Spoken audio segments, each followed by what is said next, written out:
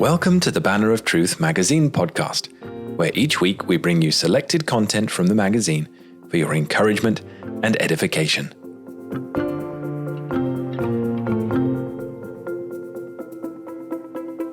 This week we've got something different for you in the shape of an interview with Andy Murray. No, not the former tennis champion, but an even better Andy Murray. This Andy goes back a long way with the Banner of Truth, as we'll hear, serves as a deacon in his local free church congregation, and also with the charity Safe Families.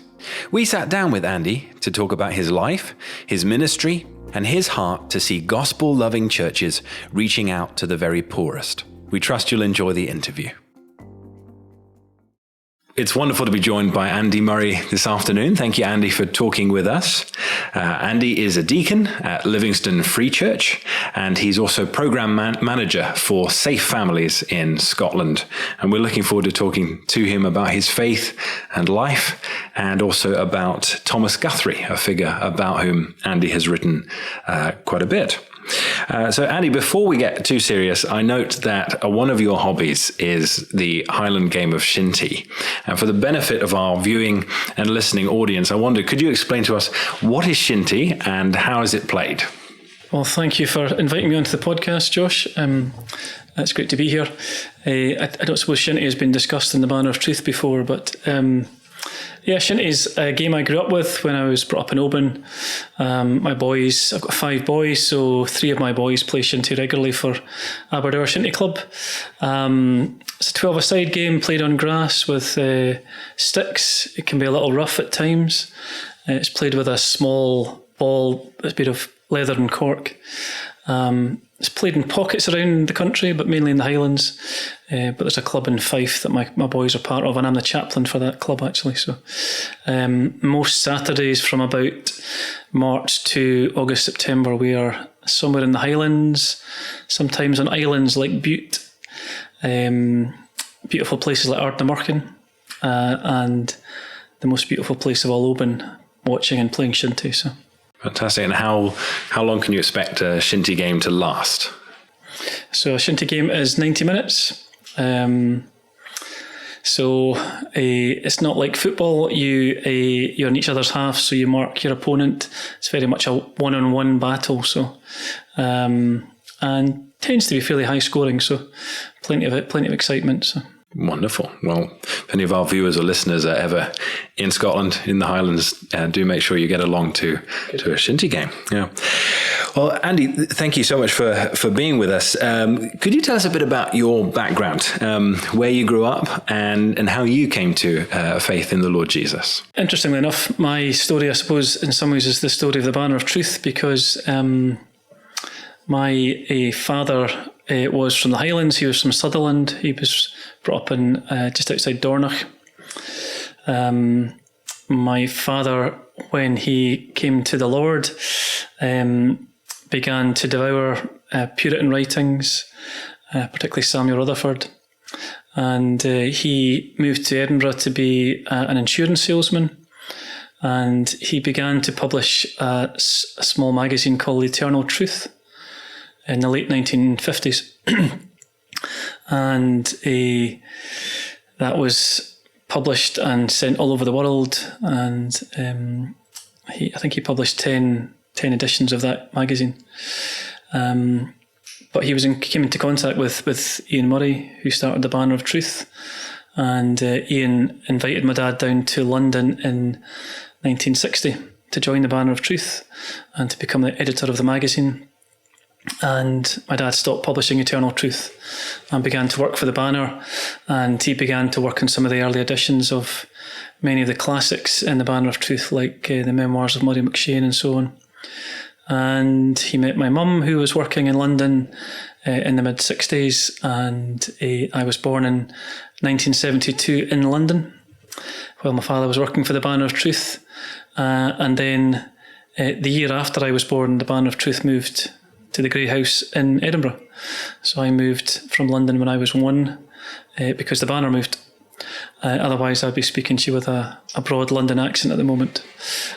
So very glad that my dad moved up, and So just shortly after that, a few years after that, my father felt called to the ministry. He started studying in the Free Church College in Edinburgh, and he was called for his first charge to Oban in Argyll in 1978. And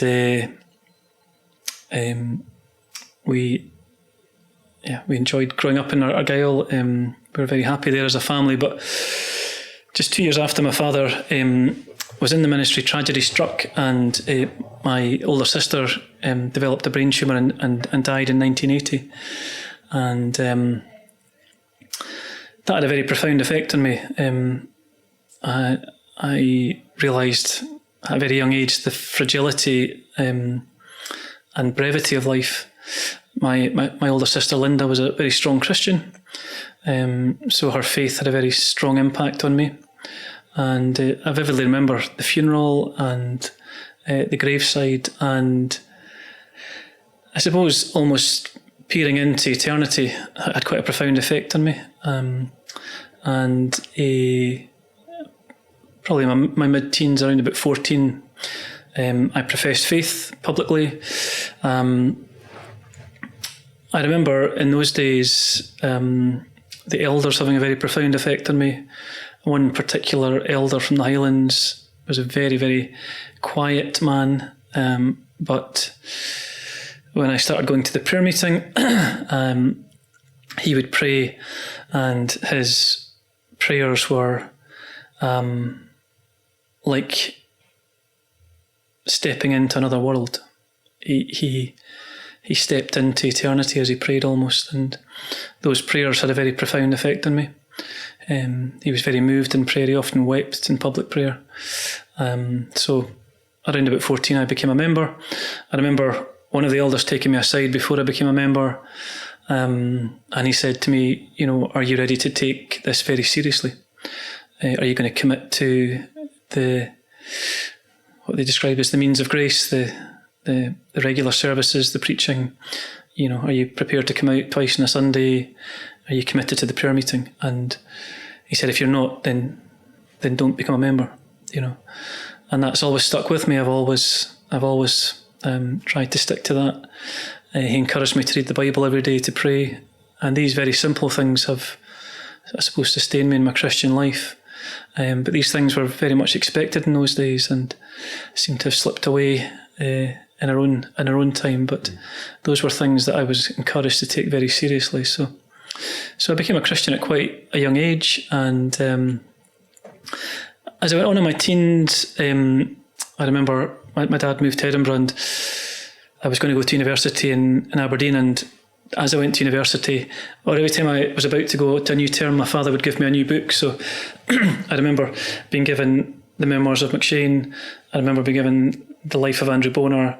I remember being given the life of Jonathan Edwards by Ian Murray.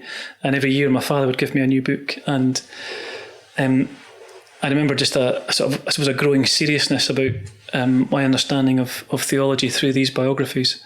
I wasn't a great reader of theology in those days, but those biographies had quite a profound effect on me. And I would say particularly the life of Andrew Bonar just gave you a glimpse into somebody who took their faith and their pursuit of God very, very seriously. And his diary is just full of his own reflections on his own sinfulness and his own need of grace on a daily basis, and that had a profound effect on me in my late teens and early 20s. So that's fascinating. And you went to university, I believe, to study social work? Yes, I went to Robert Gordon's to the degree in social science, applied social science and social work. Mm-hmm. So was that something you'd been planning towards for quite some time, or was it a late decision? And how did your studies at university impact the sort of the following decade of what you ended up doing? Yeah, so when I left school, I worked for the Banner of Truth for a couple of summers. I went to work on a voluntary basis with the Edinburgh City Mission, really unsure what I wanted to do. I think looking back at my life, I suspect I was undiagnosed dyslexic. Didn't really have much of a passion for reading as a teenager. But as I left school and went to university, I discovered a passion for learning and for reading. Began to devour books because I was able to read in my own time and style, I think. So I wasn't really sure what to do, but got into social work. Didn't really enjoy applied social science. Not entirely sure what that is to this day, but really enjoyed the social work side of things. Always loved people. So when I finished my degree, I got a job with Edinburgh City Council, working in a residential unit for young people who were suffering trauma and distress.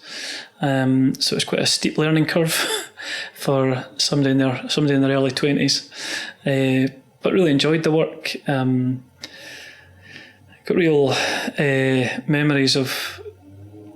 It was a secure unit, so that the children were they're either a danger to themselves or a danger to the community, or sometimes both. But I've got profound memories of some of these children still not being able to go home on Christmas Day, and opening presents with these kids who had no home to go to, really, or no safe home anyway. And I suppose it has given me a lifelong passion for justice, for giving people who haven't had a great start in life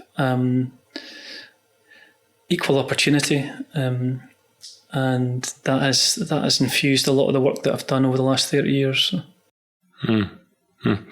And that's something that doesn't always go together with perhaps what we might call mainstream evangelical occupations.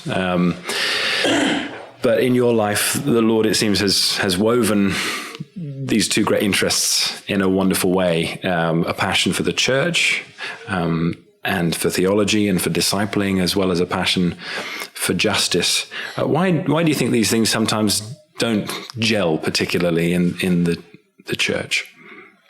Yeah, it's a great mystery to me, because as we look back at the history of Christianity in Scotland, and particularly the history of the Free Church, these things did go together, and they went hand in hand. And yeah, it's a great mystery to me why people see that showing compassion to the poor, for example, is somehow a distraction from preaching the gospel, because the two go hand in hand. As we read the Bible, we see this emphasis right throughout the Bible of God's heart towards the poor, the marginalised, the widow, the orphan, the stranger. Much of many of the passages in Leviticus, for example, God attaches love towards the poor with his name. And, we see stories like Ruth in the Old Testament, where she came in as a widow with her mother-in-law. She was defenceless, she was penniless, but yet the covenant community welcomed her in based on the Levitical law, and allowed her to glean the barley in the harvest fields, so that she had the dignity to work and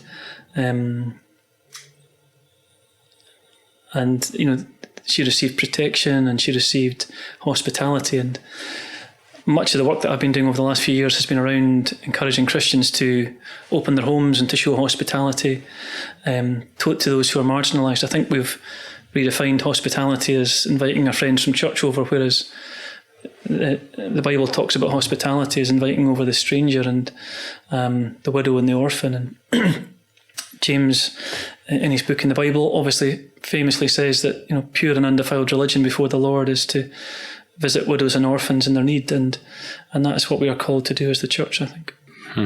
That's really, really helpful. Now, you've focused in particular in recent years on a figure from church history, from Scottish and Free Church history, who combined both zeal for the gospel with a real concern for the poor.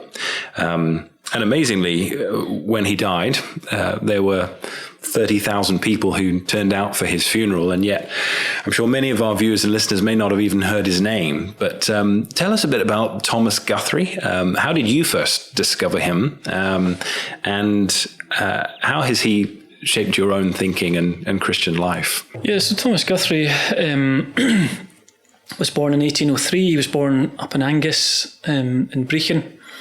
And Thomas Guthrie was a bit like Thomas Chalmers. He was good at many things. He was an incredible orator. He was involved in politics. He was a social philanthropist. He could have turned his hand to anything, really. But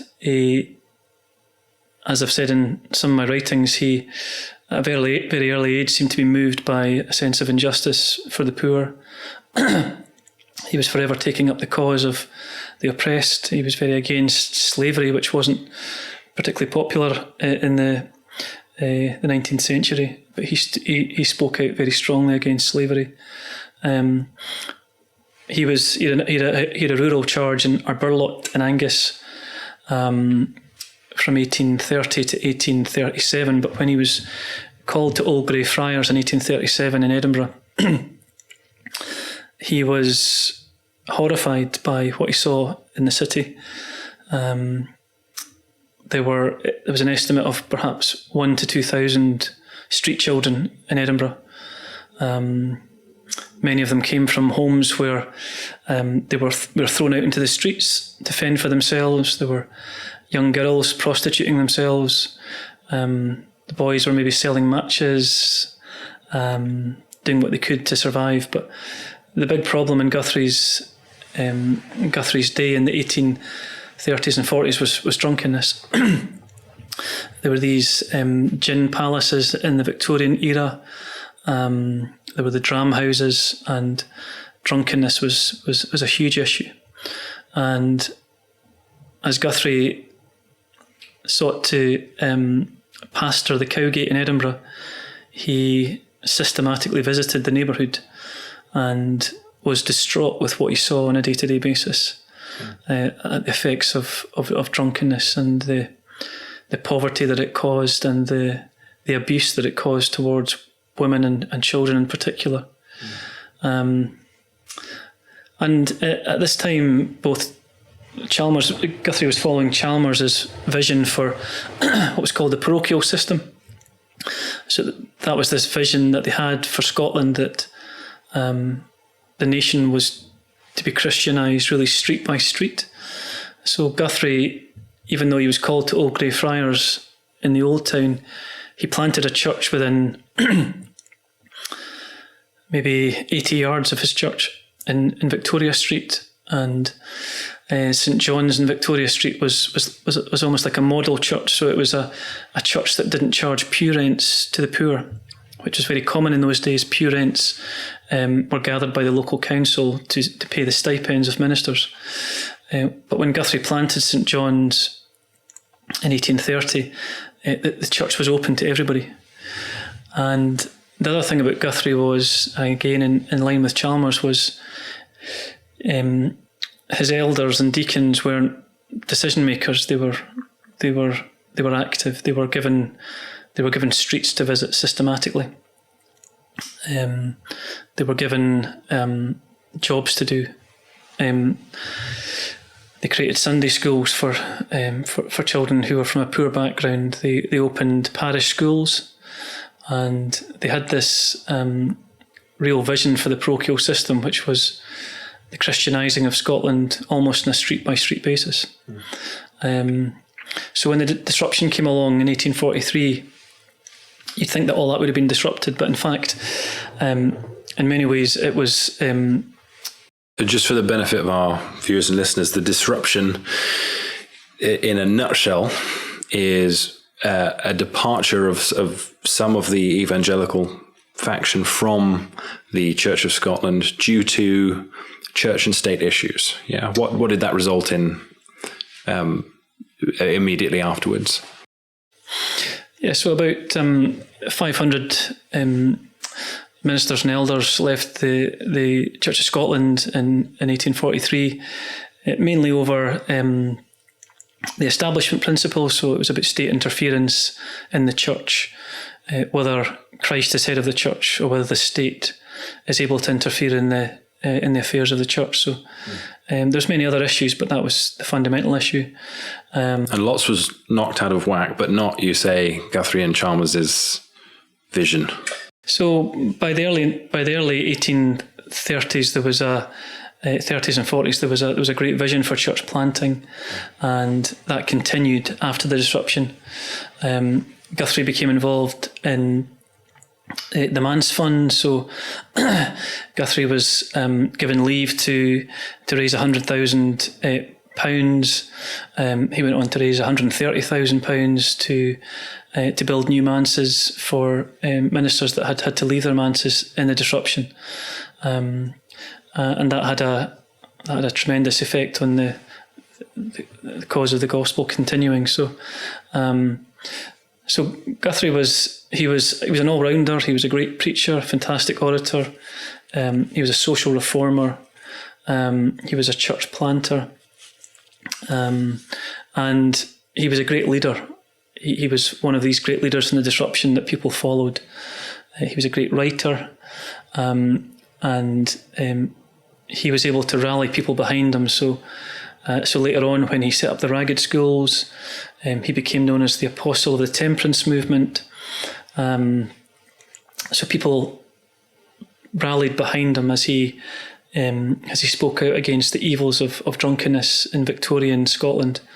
He wrote pamphlets. He spoke at public meetings. So he was seen as a great figurehead and a great leader, and he was able to articulate causes, and people were able to get behind that. So it's fantastic, really helpful. Could we just drill down a little bit on the Ragged School movement for a second, because that was such an integral part of his work. Obviously, as you've said, he was an immensely talented man who saw that the causes of poverty were various and attempted to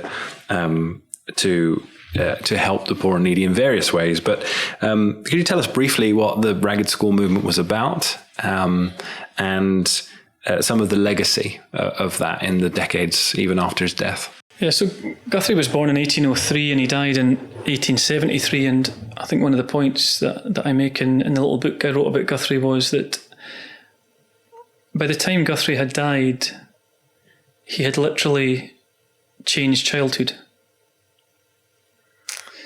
You know, at the start of the 19th century, children would have been seen as objects. They would have been seen as disposable. They were sent up chimneys. They were used in factories.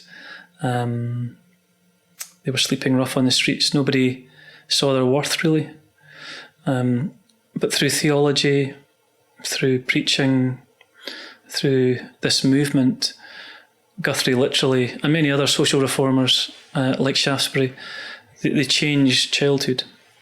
And by the time Guthrie died, there was legislation to protect children, so that they received education, they received nurture, they received some degree of protection. And I believe that was largely, but not wholly, down to Christian social reformers who changed the view of society with regard to who children were and what children deserved. So the way that the Ragged School started was that the Guthrie wrote a book called A Plea for Ragged Schools. It was a pamphlet, really, and it went through 3 different editions that were finally put into one book. But Guthrie, in his memoirs, very famously says that he came back from the printers having handed over the manuscript, and he had his head in his hands. He said, "What have I done? You know, I've made a fool of myself. I've written this book. Nobody's going to listen to it. Nobody's going to read it." And very gradually, he describes it as a spark amongst combustibles that set off this fire that was unstoppable. And it was the sort of touch paper in a movement that just exploded into life. And very quickly there was the first Ragged School, which is up on Castle Hill beside where Camera Obscura is now. And Guthrie took in street children, and the children would have been in from 7 or 8 o'clock in the morning till 7 o'clock at night.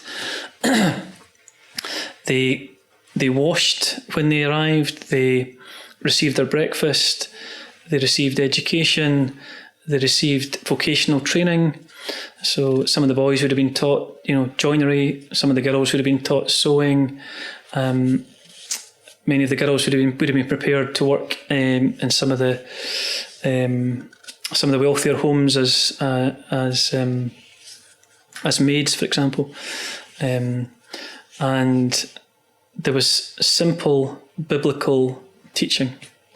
The children were taught, manners. They were taught rules. They were taught responsibilities.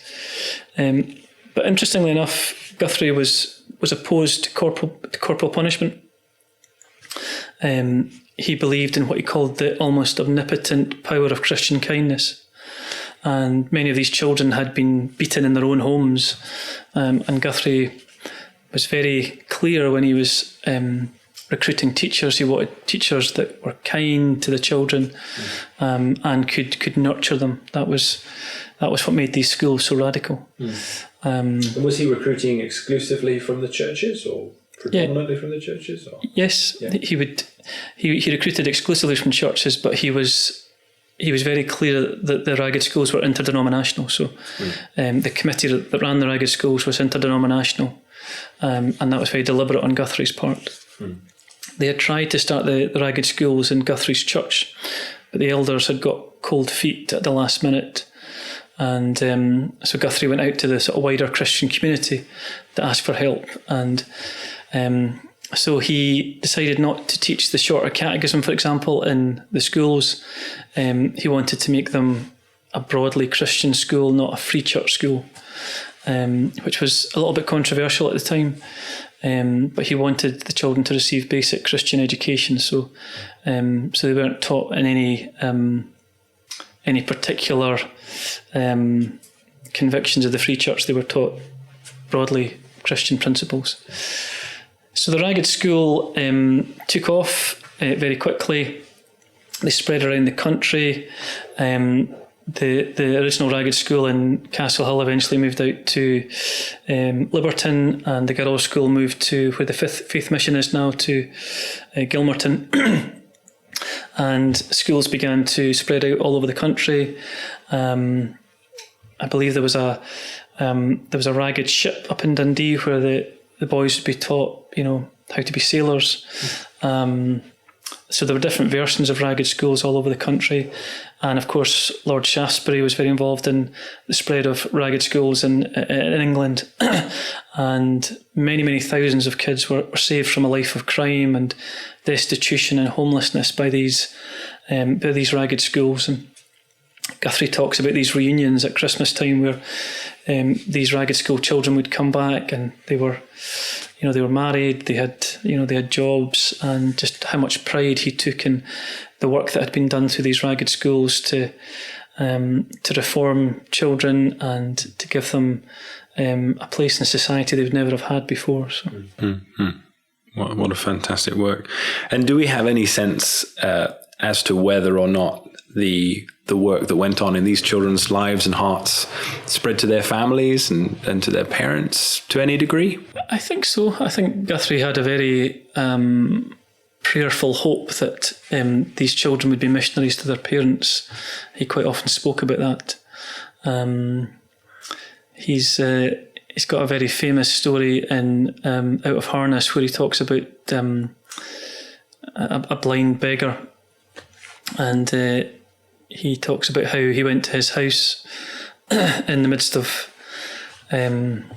squalor, and he said he suddenly came across this flat where there was it was clean and swept, and it wasn't grand, but it was very modest. But he said that grace had come to this home, and that this man would go out, and I think he'd play his accordion to raise money because he was blind. But he spoke about the homes that he would go to where families had received the gospel and drunkenness had been put away, for example, and thrift had come into the home and they were using what little money they had wisely. So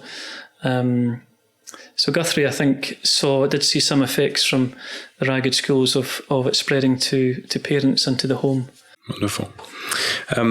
As we sort of come into land now, could you tell us a bit about what you've been doing to spread the word about Guthrie's legacy, and maybe say a word also to the issue of how Guthrie might speak to us today? We find ourselves in quite a different day and age in some respects, and yet we also have very similar issues still with us. How do you see Guthrie speaking as a prophetic voice to the church of the 21st century in Scotland and in the UK? So just your first question was what I've done to raise Guthrie's profile. So I've written this, I wrote this booklet in 2013. It was a series of articles in the Free Church Record. And just around that time, I also started a blog called Ragged Theology, where I've written many articles on Guthrie's legacy. I think I should say, one of the tragedies of the Guthrie schools was that they continued, I think, until the 1980s in some form or another. But like many of these residential schools, there have been many allegations made against them of abuse, and Guthrie would have been appalled that some of these schools had descended into abusive situations, and there are people around today who were the victims of that abuse, which is a real tragedy. But in terms of Guthrie's legacy, I quite often, when I speak about Guthrie, I say, when you look at his statue in Princess Street Gardens, where thousands of people walk past that statue every week, and nobody has any idea who he is. So my current office is very close to his statue, and I think it's so sad in Castle Street in Edinburgh that Thomas Chalmers and Thomas Guthrie look at each other up Castle Street, and all these cars, and people walk past them both without any idea who they are, and completely ignorant of the fact that these were giants in civic and church life in Scotland in the past. But Guthrie's statue he has his arm round what's called a ragged child, so an orphan, and his other hand is holding a Bible. And to me, that is an image of the church, that we are called to proclaim truth and show love. And we must never get the two out of sync. And that is why I appreciate Guthrie so much, is because he held orthodoxy and he preached the gospel so faithfully, but he also displayed love so tenderly and compassionately. And he gave his life to being a voice for the voiceless. And I think the same issues that Guthrie was battling with are the issues of our day. So we have a huge issue with addiction in Scotland. I was chatting to somebody this morning, and we think we have a great problem with drugs and drug deaths, but alcohol deaths are almost as high as drug deaths now. The issue of alcohol in terms of domestic abuse in Scotland is a national scandal. The numbers of children entering care have been coming down over the last 10 years, but we still have between 9,000 and 10,000 children in care in Scotland. We have brought in many good systems in Scotland, in my opinion, in terms of prevention and early intervention. My own charity, Safe Families, is part of that. But so many families are still suffering from neglect, and the epidemic of our age, I think, is social isolation. I think so many people are socially isolated, and so much of the fabric of our society in the past has gone. And I think, like Guthrie, I think that the answer is the local church, showing the love of Christ in a very practical way and proclaiming the gospel in a local context. I often say when I'm speaking at churches, if a family was in crisis in your neighbourhood, where would they go? Would they go to the council? Would they go to the community centre? Or would they come here to the church? Is this a hospital of grace for people who are broken by sin? And I think in Guthrie's day, what Guthrie did was he offered that hospital of grace to the poor, to the marginalised, to the addicted. The good news of the gospel was attainable because Guthrie planted in such poor areas, and he put his congregation to work to make contact with everyone in that community. And my fear is that so often our churches are places that are not accessible to people who are in the margins of our society. They hardly even know that they're there. So I think Guthrie's great legacy is a model of biblical and social and community engagement, that as we engage with our communities, as we help people in poverty, as we help people who are lonely, it doesn't mean that we're selling out the gospel. I think gospel proclamation and love for the marginalised can go hand in hand. Well, I think that's a wonderful challenge and note on which to finish. So I want to thank you, Andy, for being with us, for sharing a bit about you and your ministry, and also about Thomas Guthrie, who showed an incredible example of following in Christ's footsteps and living a life of truth and love, which will be of help to all who hear, I think. Just to say, if people want to find out more about you, Ragged Theology is online and can be found. You also maintain thomasguthrie.org, is that correct? Yeah, so thomasguthrie.org is a website where you'll find a lot of information about Thomas Guthrie, and then Ragged Theology is my blog, so I write about lots of different issues on my blog, from sort of leadership to Christian issues, and some stuff about Guthrie as well. Fantastic. And I would also signpost our listeners and our viewers to listen to Andy reading his article, Thomas Guthrie, Preacher and Philanthropist, which just came out. So do check that out. Thanks once again, Andy, for being with us. Thank you for having me.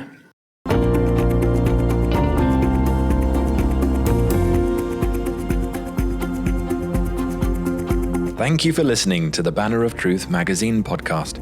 To subscribe to the magazine in print or digital formats, or both, see the show notes or visit banneroftruth.org.